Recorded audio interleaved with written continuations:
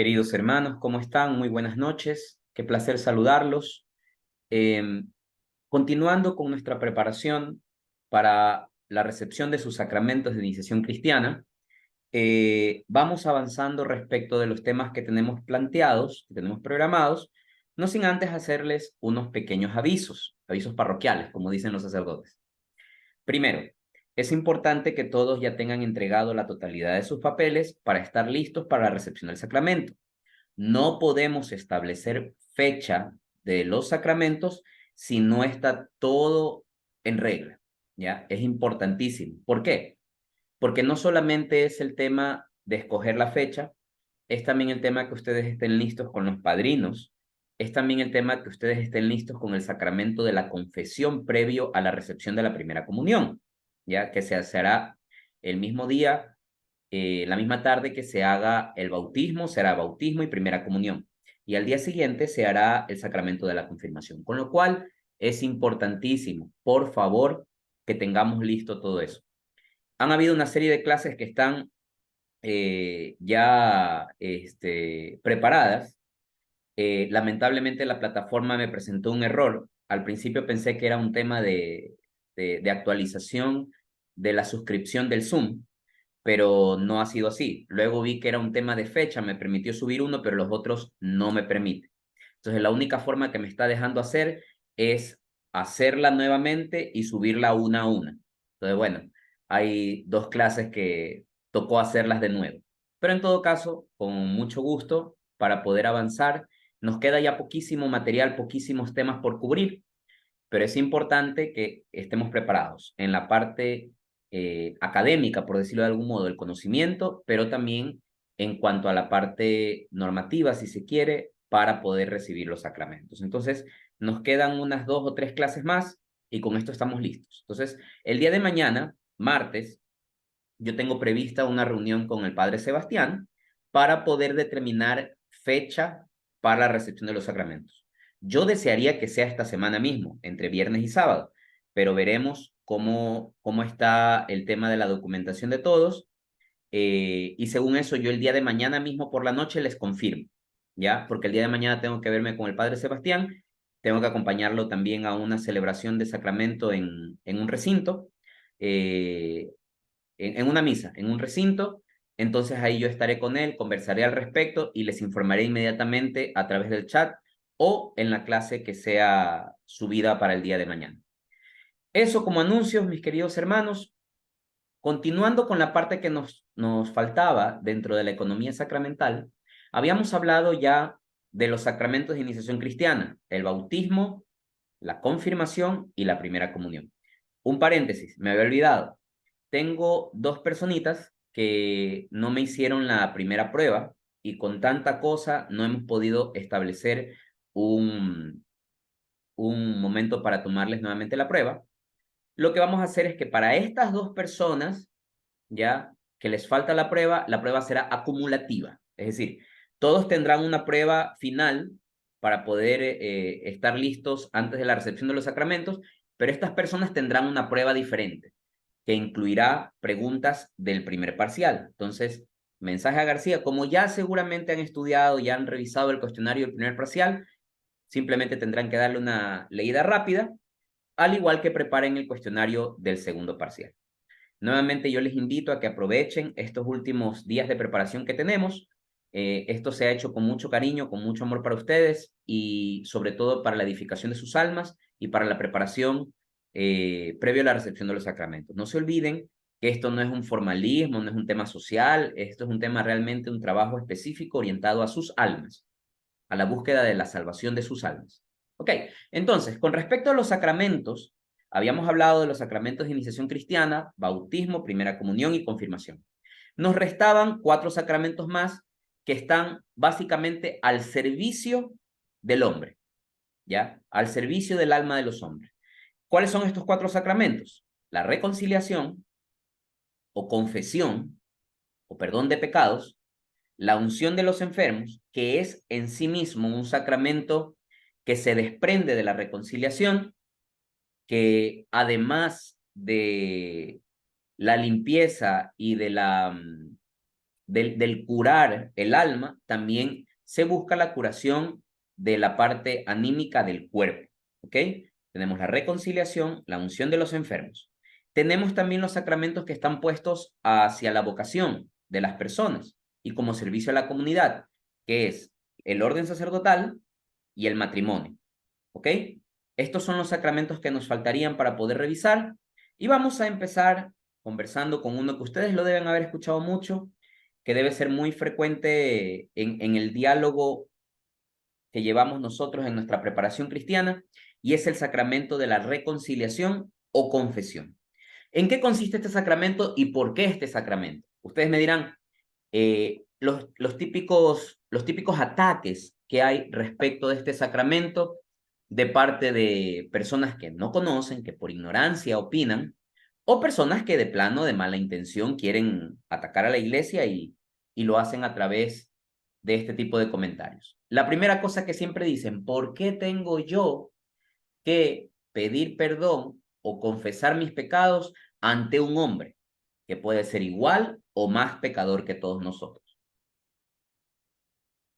Entonces, lo primero que debemos entender es que si bien el bautismo a nosotros nos ha hecho hijos de Dios, nos ha hecho parte del cuerpo místico de la iglesia, que es el cuerpo de Cristo y Cristo a la cabeza, yo les había mencionado y les había aclarado cuando vimos el bautismo, que el bautismo es un sacramento orientado hacia borrar la mancha de fábrica con la que salimos todos nosotros, que es el pecado original. Les había especificado que el bautismo, dentro de su gracia y la presencia del Espíritu Santo en el sacramento, permite no solo borrar el pecado original, sino que además borra los pecados temporales que se haya cometido hasta la fecha. En el caso de las personas que se bautizan como catecúmenos, es decir, como personas adultas. En el caso de los niños, pues difícilmente tendrán pecados porque no tienen uso de razón y conciencia, pero el bautismo borra también los pecados temporales, con el plus de que además el bautismo, fuera de borrar el pecado original, fuera de borrar el pecado temporal acumulado hacia la fecha de la recepción del bautismo, borra además las consecuencias de los pecados temporales cometidos hasta la fecha. ¿Qué significa esto? Yo, por ejemplo, tengo 39 años. Vamos a suponer que yo no soy bautizado. Si yo tengo a mi haber 39 años de pecados y yo me bautizara recién ahorita, no solo se me borra el pecado original, sino que se borran todos los pecados que he cometido y además se borran las huellas del pecado temporal, es decir, las consecuencias. Con lo cual, si yo, vamos a poner este ejemplo figurativo solo para que se entienda, si yo me bautizara un día lunes a las 5 de la tarde y por desgracia por voluntad de Dios, yo a las 6 de la tarde pierdo mi vida, me muero, ¿dónde iría mi alma inmediatamente? Al cielo. Porque no tendría pecado, ni tendría tampoco culpa temporal de pecados temporales cometidos al momento de mi fallecimiento. Con lo cual, esta es la gracia maravillosa del bautismo. Lo único que no borra el bautismo son las consecuencias del pecado original. Y ese es un poco el caballo de batalla con el que tenemos que librar nosotros toda nuestra vida. Es decir, nosotros agredimos, nosotros transgredimos, nosotros herimos, nosotros atacamos, nosotros lastimamos a las personas, a nuestros hermanos con nuestros pecados, lastimamos a Dios, pedimos perdón y nos perdonan, pero quedan las consecuencias. Es el ejemplo que yo siempre les pongo. Tú puedes dañarle el espejo a una persona, le pides perdón, la persona te perdona, pero bueno, ¿y el espejo?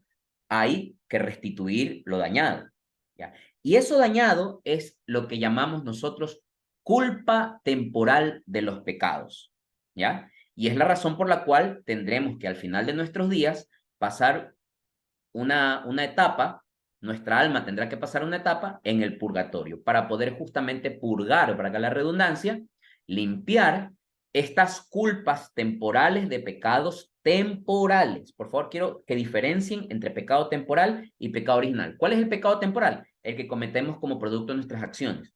¿Cuál es el pecado original? El que viene ya inscrita en nuestra alma por herencia de nuestros primeros padres, Adán y Eva. Pues bien, entonces, El sacramento del bautismo, como les dije, no elimina las huellas del pecado original, que es básicamente la concupiscencia. ¿Y qué era la concupiscencia? El desorden, la tendencia natural del mal uso de la libertad del hombre que desemboca en pecado. Entonces, estas huellas son las que permiten que el hombre cometa pecado.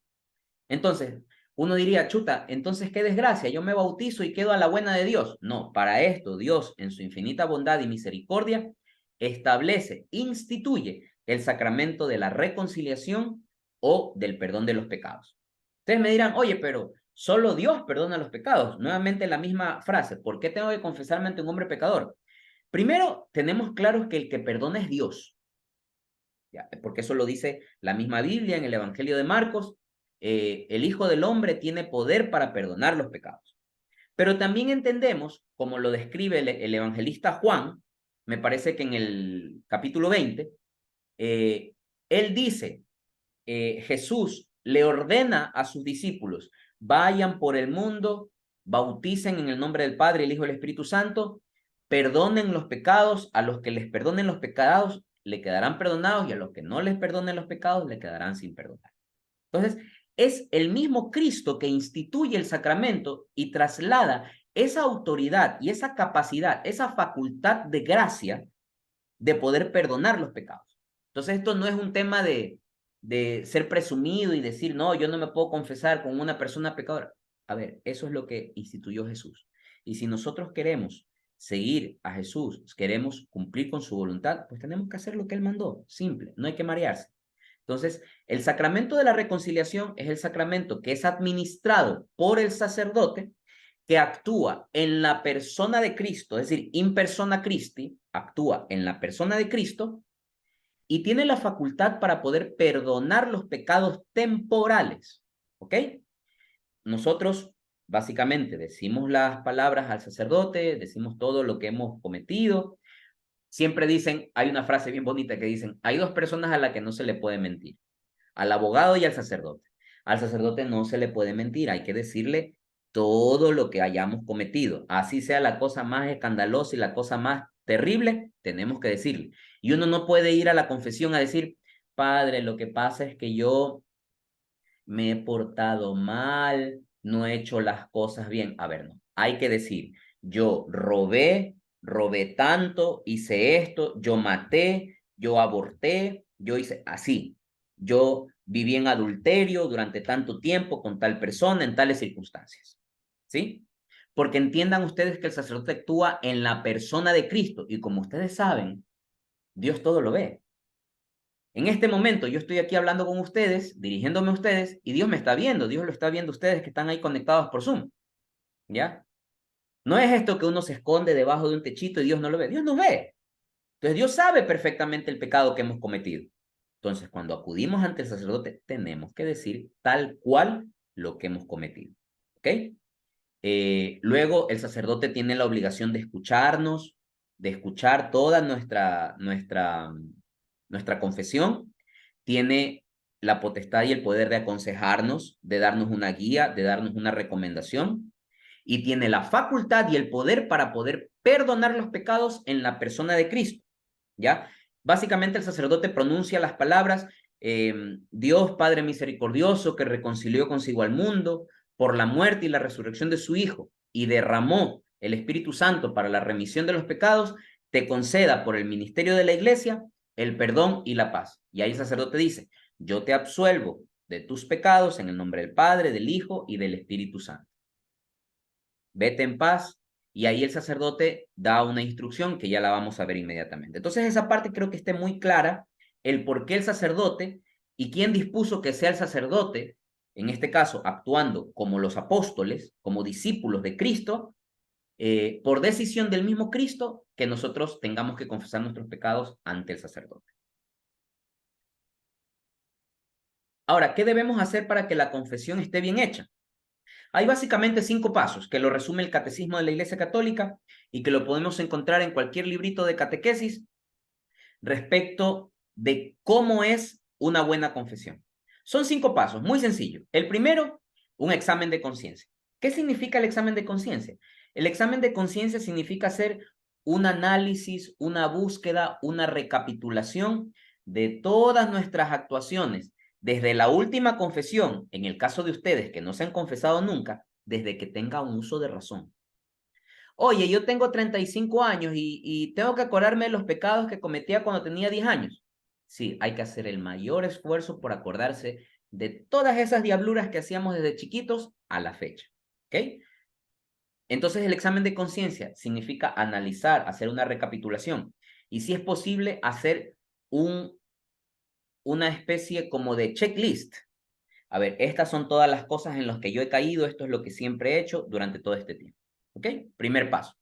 Siempre dicen, ¿cómo vas a solucionar un problema si no lo tienes identificado? ¿Cómo podemos pedir perdón si no decimos por qué vamos a pedir perdón? Entonces, primero, examen de conciencia. Segundo, contrición o arrepentimiento. ¿Qué significa esto? ¿De qué vale que yo diga, Padre, yo hice esto, esto y esto, pero no me arrepiento? Y muchas veces nos pasa que nosotros cometemos un montón de barbaridades, pero no nos duele, no nos arrepentimos.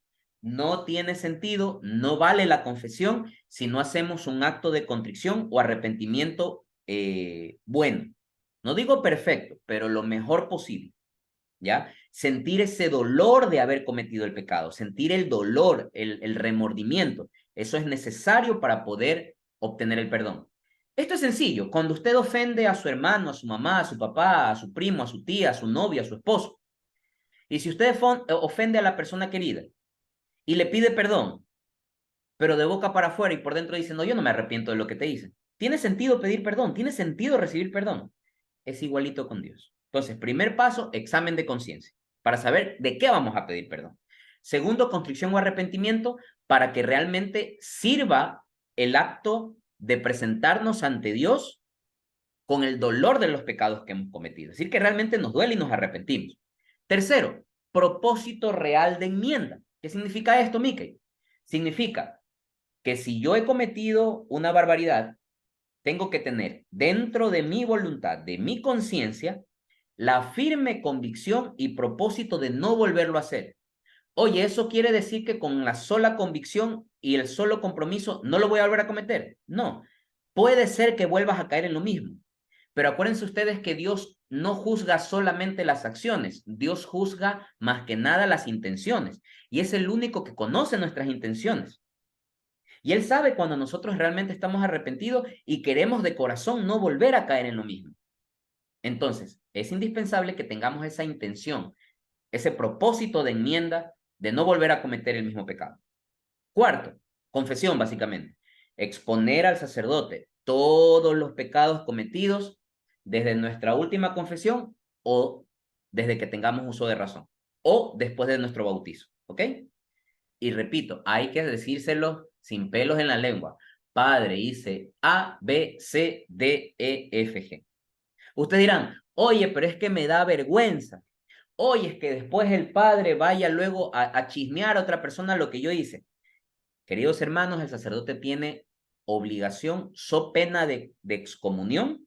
Es decir, el sacerdote puede ser excomulgado de la iglesia. Él tiene que guardar la reserva y el sigilo sacramental. Él no puede revelar bajo ningún concepto, y no lo hace, los secretos de confesión. Lo que queda en el confesionario, eso muere ahí, ¿ya? Y el sacerdote sí puede, por ejemplo, en la próxima confesión que tú vayas, por ejemplo, tú en una confesión le dices, digamos, al padre Sebastián, oiga, padre, lo que pasa es que yo, chuta, le robé a tal persona. Y si tú vas a la siguiente confesión con el sacerdote tiene toda la potestad de decirte, oye, ya, hasta aquí ahora lo mismo. Y es bueno, por eso una recomendación pastoral que yo siempre hago, traten de siempre confesarse con el mismo. ¿Por qué? Porque ese se le sigue la línea a nuestras diabluras y es el que nos va a poder ayudar mejor en la mejora continua de nuestras actuaciones de cara a Dios. Claro, al final del día, si ustedes necesitan confesarse, yo tenía un amigo mío que decía, uno tiene que confesarse con el cura topete. ¿Qué significa el cura topete? El primero que te topes por ahí. Y es que, claro, uno tiene que limpiar su alma, pero como una recomendación pastoral para que haya una mejora progresiva de su comportamiento y de su conducta de cara a Dios, es deseable, es lo mejor que lo hagan con el mismo sacerdote. Es una recomendación pastoral, ¿ya? Y el quinto y último paso para una buena confesión es cumplir la penitencia. Cuando el sacerdote nos absuelve de los pecados, él normalmente nos manda una penitencia, que puede ser rezar un Padre Nuestro, 2 Padres Nuestros, 5 Padre Nuestros, 10 Ave María, hacer un rosario, arrodillarte en tapillas por todas las calles de Yaguachi. No, mentira, tampoco así. Pero básicamente la penitencia es como ese acto de desagravio que tenemos que hacer nosotros para poder cumplir y cerrar el ciclo del perdón. Es normal. Si alguien me ofende a mí, digamos, alguien viene y me daña el teléfono, ya, me lo rompió el teléfono, me pide, oye, Mica, y perdóname, perdóname, sí, listo, de corazón yo te perdono. Sería bueno que vayas a arreglar el teléfono, pues, ¿no? Igualito es. Cuando uno ha cometido un pecado, debe sentir arrepentimiento, conciencia del pecado, debe tener dolor del pecado, debe manifestar y aceptar que ha cometido el pecado y debe cumplir la penitencia a la que nos vemos impuestos por haber cometido ese pecado. ¿Ya? Porque de esto viene la satisfacción de los pecados confesados. ¿Qué significa la satisfacción? Es si la persona que me ofendió y me dañó el teléfono y además repara el daño que hizo, pues yo me sentiré satisfecho. Hay una satisfacción porque no solamente hubo el perdón, sino que también hubo una reparación. Y esa es una satisfacción bilateral. No solamente es una satisfacción, aunque Dios no la necesita, pero es una satisfacción de Dios que se complace en nuestra alma que ha sido librada del pecado y es una satisfacción sobre todo para nosotros de que hemos recibido el perdón de manera adecuada. ¿Ok? Entonces, es importante no solamente confesar los pecados, cumplir la penitencia, sino también reparar o restituir el daño ocasionado. Habrá casos en los que se pueda, habrán casos en los que no, pero hay que hacer todo lo posible por restituir el daño. Por ejemplo, dirán, oye, si yo he matado a alguien, no lo puedo resucitar. Sí, pero puedes pagar la culpa y la condena en el ámbito civil yendo a la cárcel. ¿Ya? Y esa es una forma de restituir o retribuir de alguna manera o generar satisfacción del pecado cometido. Entonces, ustedes me dirán, oye, y cuando yo me confieso, ¿se perdonan los pecados? ¿Se perdona la culpa? ¿Se perdona todo? No. Al igual que el bautismo, hay un pecado original que es borrado gracias al bautismo, pero quedan las consecuencias, la concupiscencia, las huellas del pecado original. Igualmente en el pecado temporal, cuando uno recibe la confesión, se borra el pecado, se anulan los pecados, pero queda la culpa. Y usted dirá, entonces, ¿para qué me confieso? Sencillo, para que no te vayas al infierno, pues hijito, cuando te mueras. Porque si uno se confiesa, queda libre de pecado. Pero las culpas son aquello que nos harán pagar un tiempito en el purgatorio para poder expiar, purificar nuestra alma. ¿Ok? Entonces, chuta, me confieso, pero igual me quedan las culpas. Ahí viene Dios en su infinita bondad y misericordia, pone también a través del magisterio de la iglesia lo que llamamos las indulgencias. ¿Qué son las indulgencias? Primero entender que la indulgencia es como un perdón, es una remisión, ¿ya? La indulgencia es la remisión o liberación parcial o plenaria de las penas temporales de los pecados temporales cometidos a lo largo de nuestra vida. ¿Ok? De acuerdo a esta definición, entenderán que hay dos tipos de indulgencia. Hay la indulgencia parcial y la indulgencia plenaria. ¿Cuál es la diferencia? Que si nosotros tenemos 4.500 penas temporales de nuestros pecados, la indulgencia parcial pues borran a la mitad, nos borra una parte de las penas temporales y la plenaria nos borra a todos. Es decir, cuando uno hace la indulgencia plenaria o recibe la indulgencia plenaria, es como que si se ha bautizado de nuevo, el efecto, quedas 0 kilómetros. ¿Y cómo es esto? Deben haber escuchado ustedes algunas veces que en determinadas celebraciones, solemnidades y ocasiones que la iglesia lo dispone así, se prevé el otorgamiento de estas indulgencias parciales o plenarias bajo el cumplimiento de las condiciones previstas por la Santa Madre Iglesia. ¿Qué requisitos debemos cumplir? No estar excomulgado, es necesario estar bautizado, hallarse en estado de gracia, es decir, hay que confesarse, hay que tener la intención de recibir la indulgencia. Y hay 3 requisitos fundamentales que siempre se pide, que son los que pone la iglesia. Primero, confesarse, como les había mencionado. Segundo, comulgar. Y tercero, pedir por las intenciones del Papa. ¿Ya? Esas 3 cosas siempre hay que tenerlas para ganar la indulgencia. Por ejemplo, para la solemnidad de Cristo Rey, la iglesia dispone que se puedan ganar indulgencia plenaria bajo las condiciones habituales. Así se dice, bajo las condiciones habituales. ¿Cuáles son las condiciones habituales? Confesión sacramental, comunión eucarística y oración por las intenciones. Pero deben entender que para poder hacer estas 3 condiciones habituales, hay que tener el requisito de estar bautizado, no estar excomulgado y tener la intención de ganar la indulgencia. Porque no puede ser de que, por ejemplo, para Cristo Rey se gana la indulgencia y usted no sabía, fue coincidencialmente, se confesó, comulgó y oró en la misa por las intenciones del Papa, pero no tenía la intención de ganar la indulgencia. Es importantísimo eso. Por favor, mucho ojo cuando repasen, revisen la pregunta asociada a este tema, que creo que está en el cuestionario, revísenla por favor, que es importantísimo, importantísimo tener estas herramientas de gracia que nos pone Dios para poder mantener nuestra alma lo más limpia posible a lo largo de nuestra vida. Eso respecto al sacramento de la reconciliación. ¿Quién es el ministro del sacramento de la reconciliación? El sacerdote. Ya, el sacerdote. Sacerdote, obispo, cardenal o el papa. Sacerdote. Los presbíteros son quienes pueden perdonar los pecados en la persona de Cristo. Mucho ojo con eso.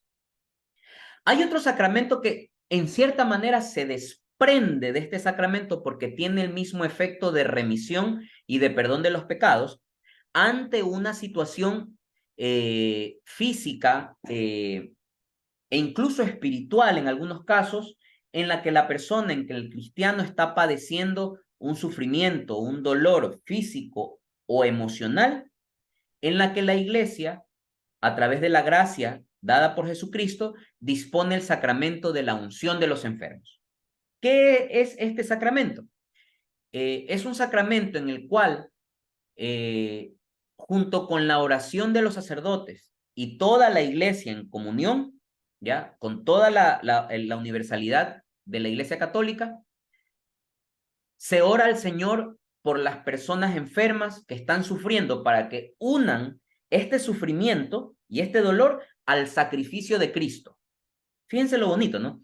Cuando uno está enfermo, está pasándola mal, tiene una enfermedad catastrófica, el lograr unir nuestro sufrimiento al sufrimiento de Cristo en la cruz, mediante la oración de toda la iglesia para recibir las gracias de este sacramento, con el propósito para que el Señor, en su bondad, los alivie, los anime, no solo en la parte espiritual y anímica, sino también en la parte física incluso, logrando unir la pasión que está pasando esta persona, este sufrimiento, unirla a la pasión y muerte de Cristo. Oye, ¿este es un sacramento que se da cuando la gente se va a morir? No, hay mucha confusión al respecto. El sacramento de la unción de enfermos lo puede recibir cualquier persona bautizada que está enferma, que está en riesgo de muerte, que va a realizar un viaje, ¿sí? Y que tiene temor de no sabe cómo le va a ir, que va a hacer un viaje largo, puede recibir el sacramento de la unción de los enfermos. A propósito, anuncio parroquial. En nuestra parroquia Cristo Rey, los primeros martes de cada mes se hace la misa para los enfermos. Y en la misa para los enfermos, todos los enfermitos que vayan, y en general los que vayan a la misa, reciben el sacramento de la unción de enfermos. Así que por favor, aprovechen también esta oportunidad. El Padre Sebastián, el primer martes de cada mes a las 6 de la tarde, él da la misa de los enfermos ahí en Cristo Rey, en la que se administra el sacramento de la unción de los enfermos. ¿Ok?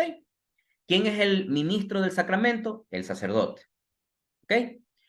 ¿Cómo se administra este sacramento? Se les unge en la frente y en las manos, se le unge en la frente y en las manos con aceite bendecido, pronunciando las palabras: por esta santa unción y por su bondadosa misericordia, te ayude el Señor con la gracia del Espíritu Santo para que, libre de tus pecados, te conceda la salvación y te conforte en tu enfermedad.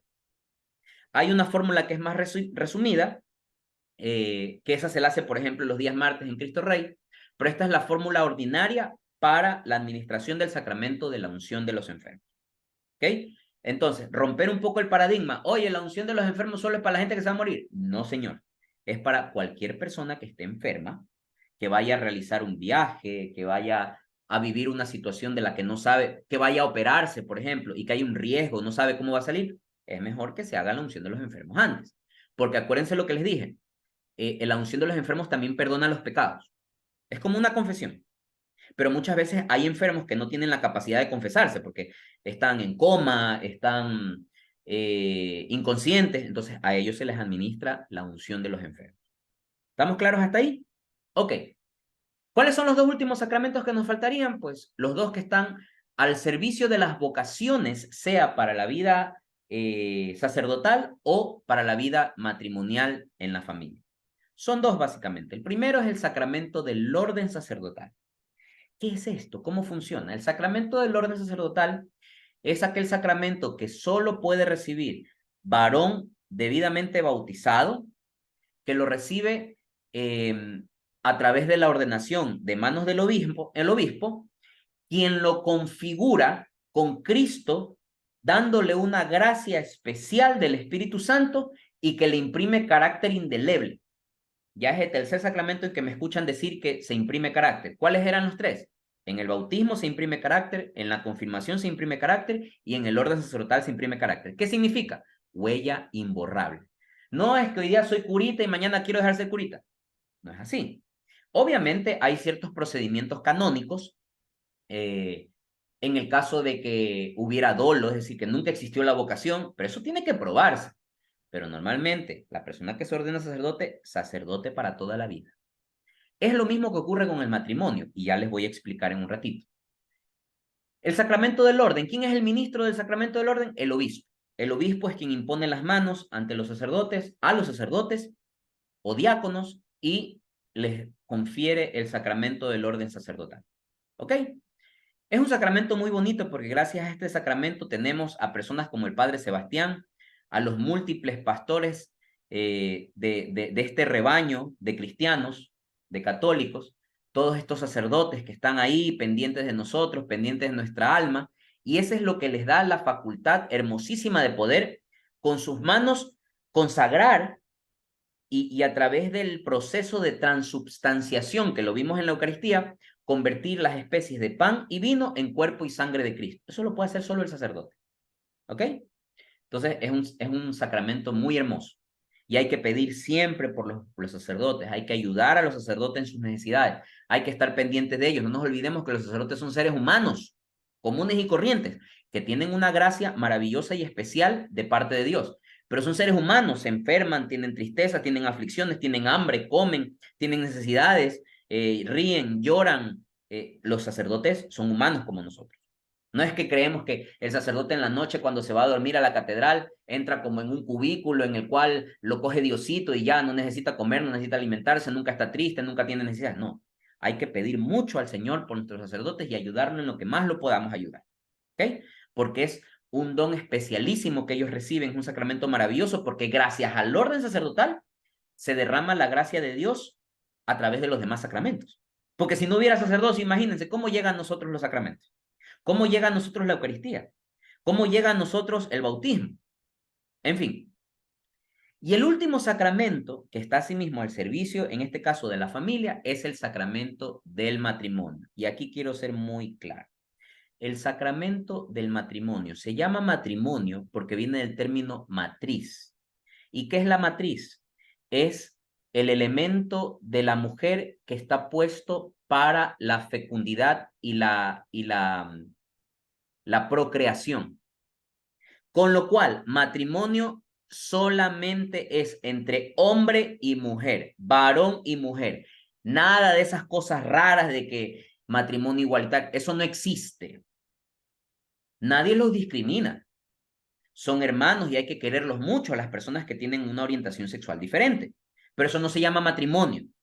Pueden unirse civilmente, hagan unión de hecho, pero no se puede llamar matrimonio porque matrimonio deriva de la prole, porque tiene que ver con la matriz. Y entre hombre y hombre, mujer, mujer, no pueden procrear. Sí, pero pueden adoptar. Eso no es procrear. ¿Ok?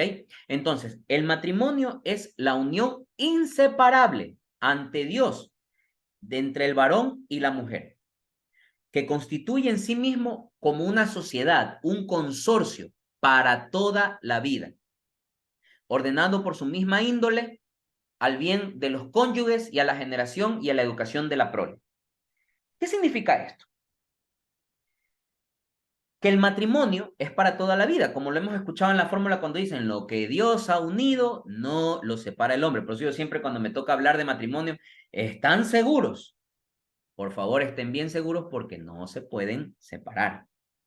Y alguien me diría, oye, pero yo he escuchado de casos que se logran divorciar por la iglesia. Bueno, primero el término no es divorciar, sino anular el matrimonio. ¿Qué tiene que ocurrir para que un matrimonio sea nulo ante la iglesia? Primero hay que entender qué hace que un matrimonio sea válido, ¿ya?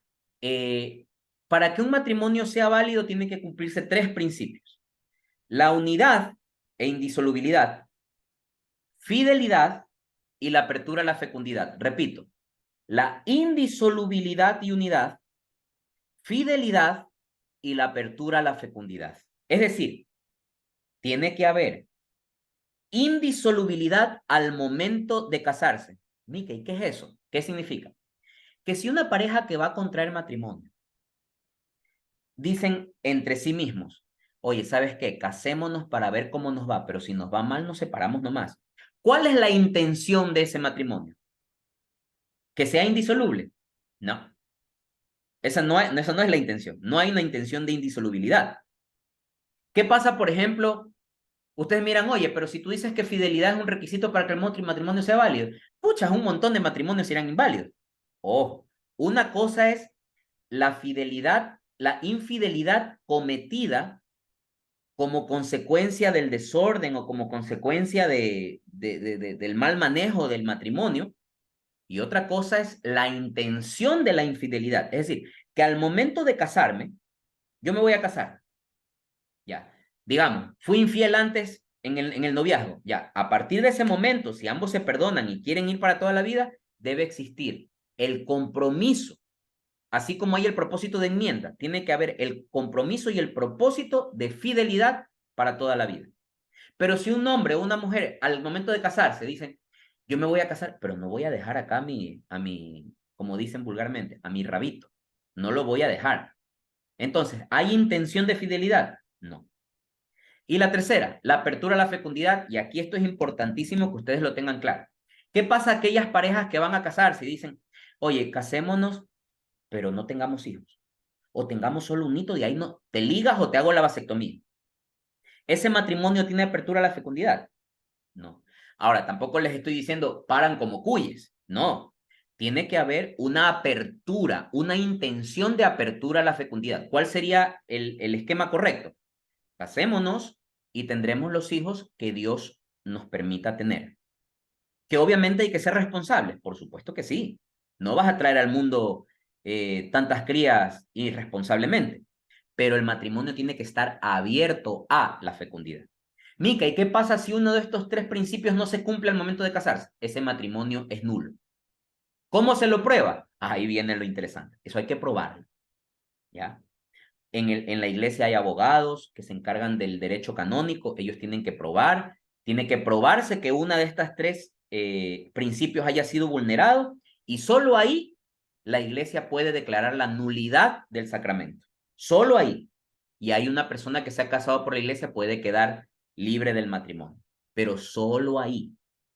Y ojo que esto es importantísimo porque es difícil probarlo. Y muchos matrimonios, es más, perdónenme por lo que voy a decir, no me excomulguen por lo que voy a decir, pero hay un montón de matrimonios que son nulos de facto, porque no han cumplido con ninguno de estos principios o uno de estos tres, pero no lo saben. Ustedes ya no se le, ya al que sabe ya no se le perdona, ustedes ya lo saben, tiene que cumplirse estas tres cosas: unidad e indisolubilidad, fidelidad y apertura a la fecundidad. Si estos tres principios se cumplen, el matrimonio es para toda la vida y no lo puede romper nadie. Por el contrario, si uno de estos tres principios es vulnerado al momento de casarse, ese matrimonio es nulo. Luego hay que probarlo, pero ese matrimonio es nulo. ¿Ok? Bien, mis queridos amigos, con esto terminamos la preparación en la parte de sacramentos. Solo nos resta ver teología moral, actos humanos, mandamientos, que gira alrededor de lo mismo. Tenemos también que ver una parte pequeña sobre demoniología, el estudio alrededor de las cosas del demonio, y un poquito de apologética y mariología. Y con eso terminamos la preparación previo a la recepción de los sacramentos de iniciación cristiana. Bien, mis queridos hermanos, que tengan una feliz noche. Les agradezco por haberse conectado. No se olviden la recomendación que les hice al inicio, por favor, los documentos. Yo el día de mañana les tengo respuestas sobre la fecha en la que realizaremos los sacramentos y cualquier instrucción que tenga que darles. Bien. Ah, por ahí me estaban preguntando algunos también sobre el tema del vestido o la ropa para el día del sacramento. Mujeres, vestido beige, no blanco, beige, la altura por debajo de la rodilla, tampoco les digo al tobillo, pero tiene que ser un poquito por debajo de la rodilla, nada por encima de la rodilla. Para el sacramento de la confirmación es el mismo vestido, la única diferencia es que llevarán un lazo rojo, ¿ya? Que ya se los explicaré con detalle de qué se trata. Hombres, camisa mangas largas, corbatita bien elegante, pantalón azul oscuro o negro. Zapatitos bien limpios, bien peinaditos, bien bañaditos, bien perfumaditos. Eso nomás. Ya mayor detalle se los iré dando con el transcurso de los días. Bien, mis queridos hermanos, que tengan una feliz noche, cuídense y que el Señor los bendiga.